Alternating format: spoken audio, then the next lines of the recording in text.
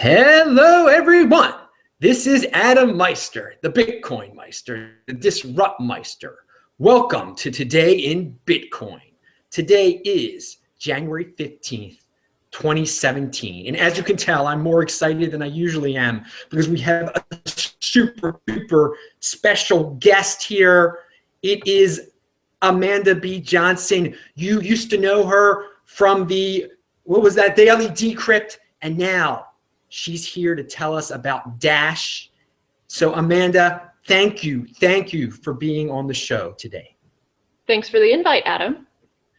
Now, Amanda, the Dash people, as my viewers here are familiar with, I have said since they hired you, since you joined the team, I think it was back in February or whenever it was, I was so impressed because you were a popular person in the cryptocurrency space already, and they obviously have good marketing minds around there because it was such a great marketing move. And I think Dash might be the best marketed altcoin out there. I mean, there's community building going on. There's all sorts of things going on that you symbolize. Actually, you embody. So it's great to have you here. We're gonna talk about some Dash, but I do have one little quick question first. I have all my cryptocurrency addresses. I always list them beneath my videos. And there is someone out there who always keeps sending me a little bit of Dash, very small random amounts. And people have theorized that it was you. And at first I thought it's impossible. But just to confirm, you're not the person sending me the mysterious small amounts of Dash.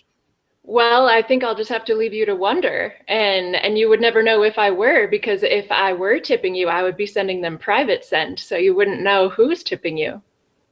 That is a beautiful segue into my next question, actually. Just talk about Dash. What is Dash? Give us some history of Dash, because there's so many people out there who are watching this. Some people know, but some people have no clue. So just start from the beginning. Tell us what it is and how it started and the future. Sure. Well, if you're at all familiar with Bitcoin, you already know a great deal about Dash because Dash has a Bitcoin code base and it utilizes a blockchain the same way Bitcoin does to basically track transactions of coins. And the way that Dash is different, I would say there are three primary ways. The most important is what I call a fully incentivized infrastructure. When Satoshi Nakamoto first invented Bitcoin, he foresaw that all of the infrastructure would be what he called nodes. And a number of years after Bitcoin was launched, there became two types of hardware in the infrastructure. They kind of split, and what was once just called a node now is called just a miner. And then there was a full node on the side. And as the years went on, in Bitcoin, only the miners were getting paid, which left the full node as kind of like a volunteer position, which is a difficult thing to have when you're wanting to run something that can withstand a lot of kinds of attacks. And so Dash pays all of its infrastructure. And so that's given us an inverse relationship to Bitcoin's node count, where Bitcoin's node count has kind of gradually dropped over the years. Dash's full node count we actually are reaching like a new time high pretty much like every month, or all-time high, excuse me. And so that would be the first difference, I would say. The second difference is that in Dash, we also came to see a need for what I would call implicit governance, perhaps formal governance. That is to say that in most cryptocurrencies, the governance structure is what I would call rudimentary, which is to say that, ooh, how exciting it sounds at your house. Yeah. I would say that in most cryptocurrencies, in order to make like a big change to the code, something that may even be controversial, as most big changes are, there's no real way to take the temperature of your network to find out exactly what it is that stakeholders want, and stakeholders, namely, who are also running infrastructure for you, want. And so Dash has implemented a voting mechanism where our master nodes, who A, own 1,000 Dash, and B, also run a full node for us, get to cast a cryptographically provable vote. And once they've voted, we can make development decisions pretty much like that. The most popular example is when we voted earlier this year to increase our block size cap, and we had consensus on increasing our block size cap in less than 24 hours. And then the third way that Dash is different from Bitcoin is where we're headed in terms of we want to be a digital cash. We're not aiming for anything above and beyond that right now. You know, we're not going for all of these crazy sort of apps just yet until we get currency as the very first app. And so at the current time, we're able to offer two functions. One is called, as I mentioned to you earlier, Adam, private send. So we're able to mix people's coins for privacy on the network itself in a trustless way, meaning you don't have to worry that you won't get your mixed coins back. And we're able to do that so that you don't have to reveal your financials to the whole world if you don't want to. And then the other function is called instant send, where we're able to offer a confirmation. It's called a confirmation. It basically means the network says, yes, this payment has been rubber stamped. It cannot be pulled back or double spent. And we can offer an instant confirmation, meaning that for using Dash in real life to buy a hot dog or a soda or a cup of coffee, that's a doable thing. And so, yeah, I would say that's how Dash is different at this time. Okay, this is some good information, a lot of information. Obviously, Dash is classified as, I mean, to simplify things a little bit too, is people say Dash is one of the anonymous coins. That's its main, I guess, marketing gimmick, whatever you want to say. I mean, that's an easy way to say how it differentiates from Bitcoin. From someone who doesn't know a lot about this type of thing, it is anonymous, basically, more so than Bitcoin is, correct? There's the option to be. You can actually choose whether you want to mix your transactions or leave them perfectly transparent. So yeah, there's the option. Okay. Yes. Yeah. That's definitely a better way of saying it. Okay. So that's some good. Now, in the old days, it was called, going back in history, it was dark coin originally, right? Yeah. You know, the day it was launched, it was actually called Xcoin, and then I don't know, they switched to dark coin very shortly thereafter, and they were dark coin for like a year. And then in early 2015, if I recall correctly, they rebranded to Dash, which is a portmanteau of digital cash. Yes. And obviously, even though dark coin sounds kind of dark and scary and alternative, and it appeals to men, young men, I think Dash was the correct marketing move there. It appeals to everyone. It doesn't seem shady or anything like that. I thought it was a good move. I know at one point people complained, but maybe young men, but I think it is a good marketing thing. Now, I guess the first, people have sent me questions to ask you, obviously. And so, really? and yes. And I'm sure one of the ones you get asked a lot about the history is this thing, what is up with this pre-mine thing that people say happened back in the day?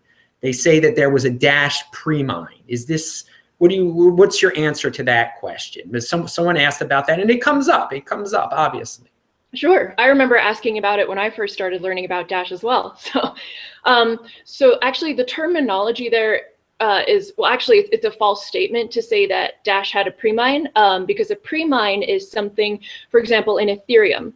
If you'll recall, before the Ethereum network launched, you could go online and send the Ethereum Foundation some Bitcoin, and they would say, okay, when Ethereum launches, we are going to have coins already created that you will hold claim to. And so that's what a pre-mine is. It's when people can purchase basically coins for which they will have the private key before a network even launches. And Dash did not have that at all. So probably what people are asking you about is what's sometimes called like a fast mine. I've even heard it called a ninja mine, which is to say that the first 24 to 48 hours that Dash was a network, there was a flaw in their launch code. At the time, they were actually a fork of Litecoin. And from what I have read and studied, there was a line of code in the Litecoin launch algorithm that made coins come out way faster than anybody thought they would. And so 24 to 48 hours in, people are on the forum, which is actually on Bitcoin Talk, the Dash thread on Bitcoin Talk. And they're like, hey, way more coins are coming out than we planned. What do we do? And so it happened like in back and forth chat sessions, right? Because Dash didn't have voting back then. But in the chat sessions with the people who were mining Dash at the time, they said, let's fix the flaw, which they did, and then let's keep going, which they did. And so I think in the first 24 to 48 hours, they mined something like 1.9 million Dash. Yeah. And then after that, it was fixed and things went back to normal.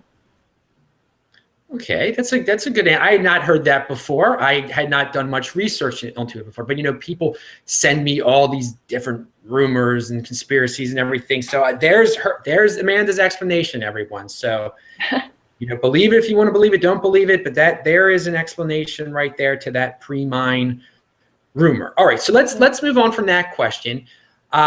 Something that marketing that you guys are doing and just the appearances and everything. Now, the one thing that I guess I take a little issue with, or at times, and other people pointed this out to me also, it seems like you're putting Dash in a position to kind of compete with Bitcoin, and that sometimes you take maybe shots at Bitcoin, and whatever, anyone can interpret it any way they want to, constructive criticism, whatever it is. I'm of the school of thought where I don't think it's a good idea for coins, for altcoins, to try to take shots at Bitcoin. I think it backfires. I like the Litecoin approach being more of a compliment. I mean, I see Dash as this like, and some other anonymous coins out there trying to battle to be the I know it's not anonymous all the time, but let's just say it is, the anonymous complement to Bitcoin. Because right now, Bitcoin does not get as anonymous as the anonymous coins do in theory. So do you feel like you're competing with Bitcoin? Do you think the tone is too competitive with Bitcoin, or what approach do you try to take when you are talking about Bitcoin versus Dash, or is there a Bitcoin versus Dash in your head? I think that all cryptocurrencies are definitely competing for the same market. Okay, so for example, your example of Litecoin, saying that Litecoin markets itself as like a complement to Bitcoin. And if we are actually aiming to be a currency, as at least I know we are at Dash, if we're actually aiming to be a currency, currencies are not often something that have like many complements to them. Like if you were to reach into your wallet in your back pocket right now, it's not like you have dollars and the complement to the dollar and this and that and this and that. Money is like a very much a network effect oriented thing. And so while I don't know that it will necessarily be like one blockchain to rule them all in the end, I can't speculate on that at all. We definitely are competing for the market of digital cash. And when it's funny that you say that you mentioned my taking shots at Bitcoin, I was taking shots at Bitcoin way before I started working for Dash. Even back when I was doing the daily decrypt, I started getting upset when Bitcoin started breaking down and started not working for me. Like one of my highest viewed videos from the daily decrypt was from a time that I was making a purchase on purse.io. And the mempool shot up to, I think it was like the highest it had ever been at that time. Obviously, it's been higher since, but this was like February 2016. And the mempool reached an all-time high, and my purse order didn't go through. And I was just so frustrated. So, yeah, so we definitely... And when I say we, I mean, I can't speak for anybody but myself. I'm sure every single person who owns Dash would give you a different answer to your question. But me personally, I wanted Bitcoin to be a digital cash. And so that's why I like Dash so much, but also I don't feel like Dash is like this whole different thing from Bitcoin. I mean, it has the same code base, for heaven's sake. I feel like Dash is what I thought Bitcoin was going to be. All right, that's a good explanation. Now, to get into that a little bit deeper, though, is it, right now Bitcoin is a huge behemoth. Do you think it is the right approach, though, at this point, to, as you being the spokesperson and everything, to kind of jab at Bitcoin like that? I don't know. I'm a marketing guy. I don't think that's the best way of I think it's just talking about the positives of Dash, the anonymous aspect of Dash, your community aspect of Dash. Personally, that's what I think the direction you should go in. Now, you did mention one thing about complementary currencies. Does it exist? I mean, you can say gold and silver complementary in some, when I was just in Africa recently, in Zimbabwe, they don't have a currency anymore. So everybody likes the dollar, but they'll take the South African rand also. It's complementary to the dollar. So there are examples of where currencies can coexist, can be complementary, or gold and silver, whatever you want to call them. But things like currencies can coexist like that. So sorry about rambling on there. So I just want to, so you think it's an okay approach, the approach you're taking, obviously? Well, actually, I think that I have been persuaded to shift my focus a bit.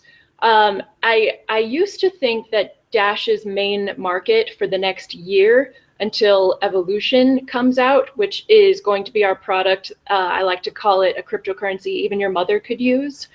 I used to think that our primary market was the cryptosphere, and that if I could just communicate Dash's benefits well enough so that some people who hadn't before considered it might hear. I thought that was like my thing, right? But I've talked to some people within Dash since, and they're like, yo, our market is, we're not shooting for the current cryptosphere. I don't know if you've seen that chart. It shows like the market capitalization of all of cryptocurrency compared to like that of gold, compared to that of, I don't know, like derivative, blah, blah, blah, financial instruments, whatever, right? But basically they just said, our target is so much bigger than the current cryptosphere. And that really just got me thinking, like, I don't need to constantly like defend Dash, and I don't need to be like, yo, Bitcoiners, like, we're coming up on you. It's just anybody who knows anything about cryptocurrency, they can look into any one of these cryptocurrencies and they can learn all that there is to learn about each of them. And so I don't find anymore that it's my position to shout from the rooftops what you might not have been noticing, because it's there to be noticed. And we're not going for the cryptosphere. We're going for your mother and your grandmother and everyone else who just wants a mobile app that looks and feels like Venmo or PayPal. And they don't care how it runs on the back end. They just want it to be secure and fast and cheap. And so that is who we're going for. Okay, that is a great segue also to my next question. You read my mind. Explain this Dash Evolution. Someone asked about, tell us about Dash Evolution. What is it and what's the progress with it? Yeah. So Dash Evolution is a forthcoming basically layer on top of the Dash blockchain that was conceptualized of by Evan Duffield one day when he sat down and asked his mother to use Dash, like from the Dash Core wallet. And so of course what he sees is, oh, the average person is deeply uncomfortable with cryptography and what cryptography looks like, and these horrible long addresses and these even longer private keys, and like, be sure to generate a new address. What? Be sure to back up your private key. What's a private key? And he's like, okay, if we really want to be a digital cash, we're going to have to feel more like using something that people are familiar with, like online banking and these nifty little apps. And so now certainly you can get that experience from a third-party vendor on any cryptocurrency. For example, like Coinbase, right? Like they let people send Bitcoin transactions. It's not actually what they're doing, of course. It's not like on chain or whatever, but they let people send a Bitcoin payment to their friend's email address. And then their friend receives an email and it's like, your friend Adam sent you 0.1 Bitcoin to claim it, start a Coinbase account. And so it's easy. And so Evan was like, okay, how can we offer like the feel of Coinbase, which is familiar and easy, but not be like a centralized company like Coinbase with central servers and all of the vulnerabilities that come along with such a thing. And so he basically wrote, like, along with his team members, I'm sure, wrote a full spec sheet, many sheets, of exactly how a layer on top of the Dash blockchain, acting in a totally decentralized manner, could do things like store user credentials, namely username and passwords, and how these usernames could be used in place of cryptographic addresses. Certainly the blockchain is still only reading cryptographic addresses, but the end user does not see cryptographic addresses. And how can people, say, for example, reset their password or something? Or how can people protect themselves from getting hacked? Let me just give you a quick example. I had a person ask if they could buy Dash from me a couple of months ago, and he was like, I want to have it in cold storage. I want to have the Dash in cold storage because I want it to be super secure. And I was like, great, buddy. Got him the Dash, put it in a paper wallet for him. What do you think he did with that paper wallet? He took a picture of it with his smartphone so that he would be sure to remember the public and private key set. It's like people have no grasp of how public-private key cryptography works, right? So how can we protect your mother from losing all of her funds because she took a picture of her public-private key set, et cetera, et cetera? And so, yeah, I am not a programmer, and so I cannot explain how this is actually done on the back end. But if you are a person who, say, is interested in reading white papers and that sort of thing, you can read about how all of these things will be provided for on the protocol level in Dash Evolution at dash.org/evolution. All right. And now it's just making the user experience easier. I mean, when do you think this is going to go live? So alpha version is set to go live late this year. So when they say late, I don't know what that means. I mean, it could be October, could be November, could be December. And so, yeah, that's alpha. And then like, when is it actually like ready for your mom? I mean, maybe like 6 months after that, a year after that, but certainly ready for you and me, like late this year. Okay. This is good to know. So I'm not a tech guy either, so it's good you put this explanation out there. Now, we were talking about competition before, Bitcoin and Dash. When we hear Dash and we hear the word competition, obviously, and communities, we think of Monero and Dash. They seem to be the biggest rivals in the cryptocurrency space. Both are anonymous coins, and you actually spoke about Monero before you were even a Dash person on your show and everything. So it's well known. Both are very well known. What's going on here? In the long run, can both of them coexist, or is there going to be a winner? I mean, I guess only the market will decide how many blockchains tokens can hold value over time if they serve the same purpose.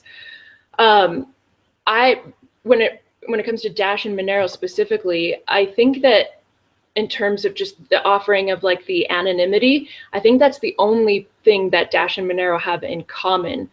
Aside from that, they're completely different in every way. They're completely different in their trajectory. Monero will, if Monero ever got the market cap of, say, Bitcoin or whatever, it would encounter all of the same paralyzing problems that Bitcoin has, because of the reasons I mentioned before. A, Monero doesn't incentivize all of their infrastructure, they only incentivize miners.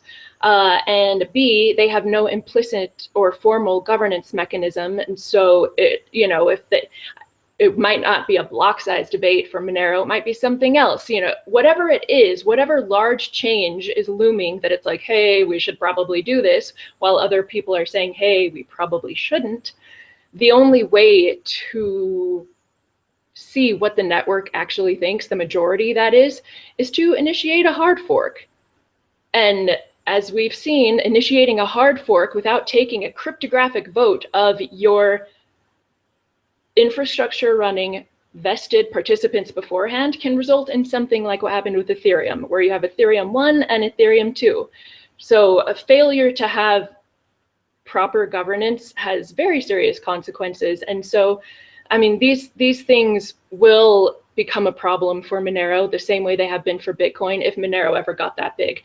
Not to mention, and I haven't even brought this up yet, but pretty much every other cryptocurrency besides Dash relies on grants or like donations to pay developers, which in the beginning can work, when it's just the people like the enthusiasts or whatever on the ground level. But in time, when you have developers accepting grants from people, those grants are going to start coming from the block streams and the MITs and the companies who are like, hey, sweet, we could totally have some influence here. And that could be cool if it were a centralized company, that would be sweet. But we're talking about decentralized networks. So when you have centralized companies attempting to influence the development of decentralized networks, it's like nightmare. Well, we will see in the long run which setup is the successful one, definitely. I think it is very intriguing how Dash is theoretically set up to compensate people for helping them in whatever way, developing, marketing, et cetera, et cetera. I think it is intriguing. I'm not gonna, I'm not endorsing anything here or anything like that, but I mean, you're bringing this to people's attention and giving your opinion that you feel the way Bitcoin and Monero do it is not the way to go. And again, in the long run, we are going to see how it's going to work out. Either it will or it won't. Anyway, because people are going to go, what you just said about Monero, there are going to be people leaving all sorts of comments on here, and I'm sure you're ready for it. And speaking about community, hopefully when people do leave comments on here, you can maybe respond to that. I mean, and I hope you're on YouTube and everything, and you have a personality on YouTube where you can reply to everyone. Because there's going to be a lot of comments here, and I think people would appreciate it if, maybe Amanda, she replied to me. That's awesome. Besides just me replying, they don't care about me anymore. For this video, they want to hear from you. So, and again, I have always admired the community aspect, what the marketing that Dash is doing. And I guess part of the reason they seem a step ahead of everyone is because of this structure that they have where they can compensate people with Dash.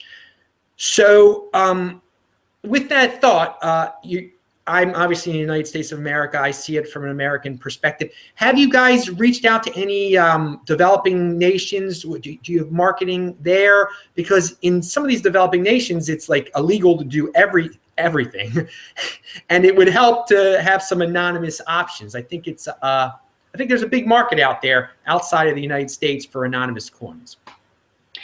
That's interesting that you ask that at this time, because we have recently brought on 6 translators for Dash Detailed episodes, and each of them lives like in these various countries where these languages are spoken.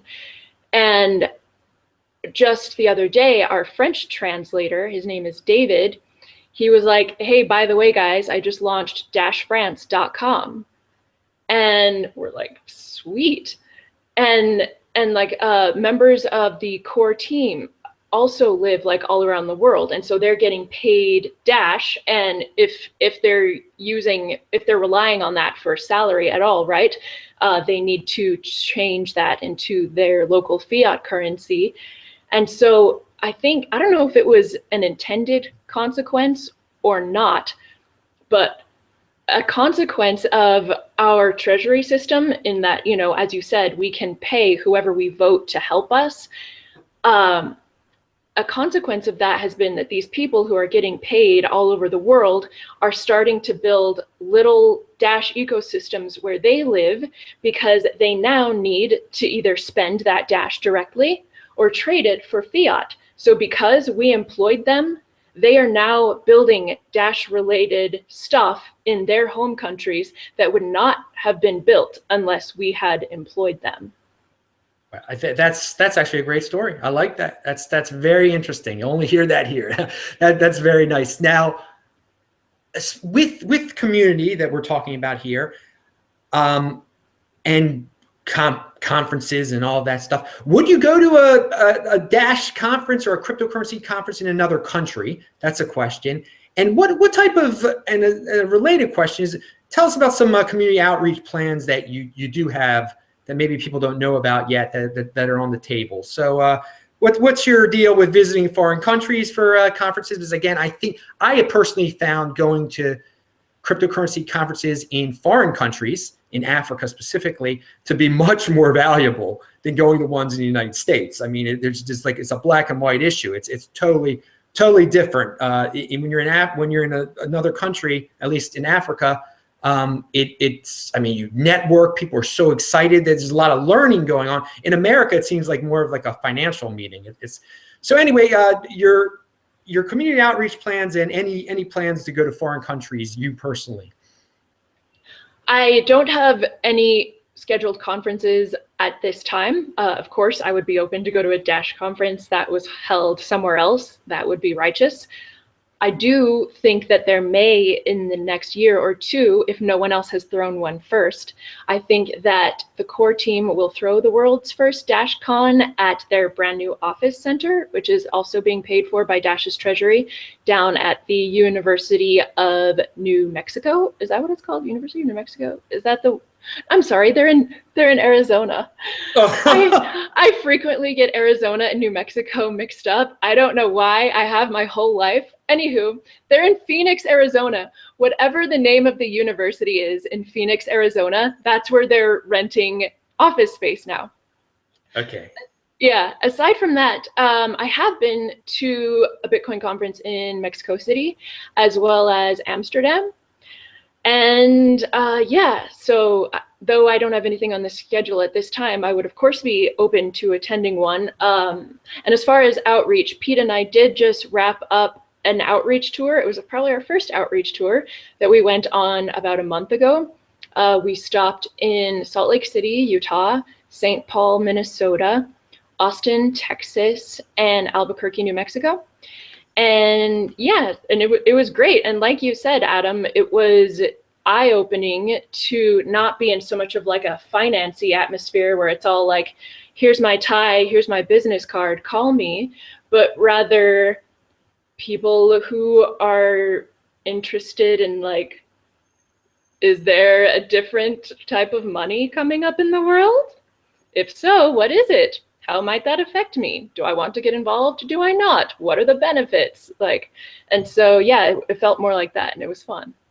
That's awesome. Now, with community outreach, by the way, everyone, I'm going to give all the important Dash links below this video. Amanda, you can send me what you think is very important to put below this video. I think I know most of the social media stuff that's out there with Dash, but who knows? Speaking of social media, and this is kind of on a little bit of a tangent, I guess, but what do you think about Steemit? What do you think about that site? I know people have talked about Dash on Steemit, but have you experimented with that over there? I tried to create an account once, and for some reason I kept getting an error. And like I emailed their admins about it, and they told me that the error was fixed. But I tried again, and maybe it was on my end. I don't know. But yeah, I mean, I've certainly read articles there, and I've gotten information from there. And Steemit as a platform is an app chain, right? So an app other than currency is what their blockchain is going for. I personally don't think that any app chains will be able to survive in the long run. Reason being is that as a database or whatever, the blockchain the blockchain's security, its sustainability, its viability are all completely dependent upon the base token of that blockchain having value. And the more value that people assign to it, the greater the security and viability of that blockchain. And so if you will imagine with me, I don't know, 15 years into the future, let's say that, hey, Dash, it has achieved like money status or whatever. Very optimistic sort of scenario here. So the Dash blockchain has like money status. So if you're mining for us, if you're master noding for us or developing for us, you're getting paid something that you can buy your groceries with, you can pay for your gas for your car with, you can buy stuff on the internet. It's like money. And then you have an app chain. And to mine for them or run any sort of infrastructure for them, you're getting paid in some kind of app coin. And the only way that app coin can bring any value to your life whatsoever is to trade it into money so that you can then buy your groceries and put gas in your car, et cetera, et cetera, et cetera. So I think in a long-term future, if one blockchain has achieved money status, there will be no reason it will be economically unviable for app chains to exist, because the app chains would just rather want to live, the apps would rather want to live on top of a chain where the infrastructure is getting paid money. Yeah, that's a lot of people say that about Steam, the cryptocurrency, that, you know, people just want Bitcoin in the end. Why not create this type of platform with Bitcoin, with money? So yeah, it's the same sentiment many people feel. Now, I did mention people had some questions, so we're going to go, because we're running out of time here a little bit. Let me give the questions here. Will Dash lobby to get added to any darknet websites? I don't know. I mean, I suppose anybody who holds Dash, who wanted to send an email to some darknet admin, could certainly do so. I've not seen any network-wide votes about such a thing, so I don't know that like the network itself would ever be like, yes, let us do this thing, but certainly any individual might do that. Okay. Now the next two questions are about anonymity. I can't even pronounce it right. Will there be any changes to the anonymous aspects of Dash? And can you compare Dash and Monero on the on anonymity? What anonymity? I can't even say it. Anonymity, yeah. Yeah. So actually, it's interesting that you ask about this, because a lot of people, and I think they've got me convinced also, believe that having the option to be anonymous or not, the way Dash offers that and Monero doesn't, is actually a selling point. And I don't think it would ever be changed. Probably what the person is asking, I'm thinking, is would Dash ever become like less anonymous or like take away some of its anonymity offerings? And I don't think so, because I think that Dash's developers realize that the way it is now is what most closely mirrors the current monetary system, which is there are trackable channels, namely the banking system, and there are not trackable channels, namely like paper cash. And that system has been very popular for a very long time, relatively speaking. And so because Dash can offer that, you can have your tracked thing where you can say, for example, you can prove that you made a payment, like a known address, or rather an address that is known to be associated with you, to an address that's known to be associated with someone else. You can prove that you made that payment or not. And so I don't think that that stands to be changed at all, because if we become, I mean, you've already seen the headlines where certain leaders of certain enterprises say like, yeah, you know, we've been approached about Bitcoin, we've been given the pitch, but it's not, it affords us no privacy. We're not going to touch it. And so I don't think that Dash's anonymity offerings are going anywhere. Okay, that is a good answer to that. I think he wanted you to compare it to Monero. I mean, is that necessary? I don't know. Do you know the? I mean, are they Are they asking about the technicalities? Well, no, I guess probably it's more of a technical. Yeah, I mean, you did say that if Monero doesn't give the option of Monero, you have to be anonymous. That's an answer to the question there. It's good. I don't want to get into the Monero Dash battle here too much. I want to give my opinion here now. I'm talking about community again. I think that those two communities seem to be all over each other in the comment sections of all of these articles. And I don't know, I think maybe each one should try to take a step back and just try to focus on their positives, shout their positives to the world. I guess that's what I was saying to you beforehand when talking about Bitcoin and Dash. Just shout the Dash positives to the world. Yeah. And, no, I agree. I guess I can't say how many people are actually involved with this rivalry. It could be like 5 dudes, honestly. And those 5 dudes, like some of them might not even own any Dash. Some of them might not even own any Monero. It might just be like loud-mouthed trolley trolls. I really don't know. But yeah, I think it started like a way long time ago when they both launched in 2014. And I think it started on Bitcoin Talk, where both coins were announced at the time. But yeah, I mean, I get excited when I see Monero like surging ahead in market cap, because that tells me that there is a market for anonymity coins. So I'm like, hell yes, like this is good. This is paving the way for where I see Dash going. So yeah, I mean, just like you, I don't see the point in like the negativity and things. That's crazy. Yeah, that's actually a good observation about when one anonymous coin is starting to surge, the others seem to follow eventually, but it just shows that there is a market for this type of thing. And I am not the biggest altcoin fan out there. I mean, I'm the BitcoinMeister. But the one thing that I always say is that I believe there will be a niche for anonymous coins, and also for microtransaction coins too, especially if this SegWit thing doesn't go through. But that's another story. So I thank you for coming on today. I hope you can come back on the show again. And I also hope that you just check out the comments section once this video is live. It's not live yet. It'll be live in a few minutes. And just say hello to some of the people out there, respond to some of the constructive criticism and the not so constructive criticism, and just keep the community thing going, because I'm really big into community, and I feel that Dash is in the community and in the marketing and everything. So. All right. Well, thanks for having me, Adam. And why don't you just keep checking your Dash address, see if any more tips don't come into you.